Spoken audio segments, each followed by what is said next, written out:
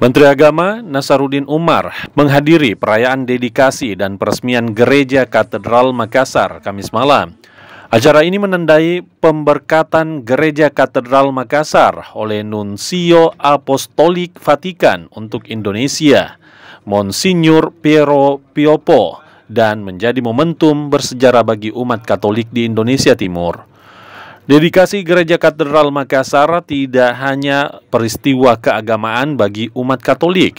Dedikasi Gereja Katedral Makassar juga sebagai simbol persaudaraan universal. Rumah ibadah dari berbagai agama harus menjadi oasis spiritual yang menumbuhkan cinta kasih. Gedung bagus ya, bisa menjadi objek di Sulawesi Selatan ini ya. Mudah-mudahan gedung-gedung yang lain juga muncul ya, rumah-rumah ibadah lain makin dipercantik ya, masjid, vihara, gereja ya.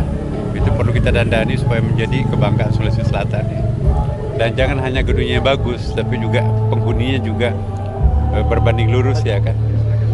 Gereja Katedral Makassar merupakan gereja tertua di Kota Makassar, Sulawesi Selatan, dan pertama dibangun tahun 1898 dan selesai tahun 1900, serta menjadi cagar budaya. Pengembangan gereja dilakukan secara berkesinambungan dengan tetap mempertahankan bangunan tua yang bernuansa gotik. Renovasi gereja dilakukan sejak tahun 2019 dan rampung di tahun 2025.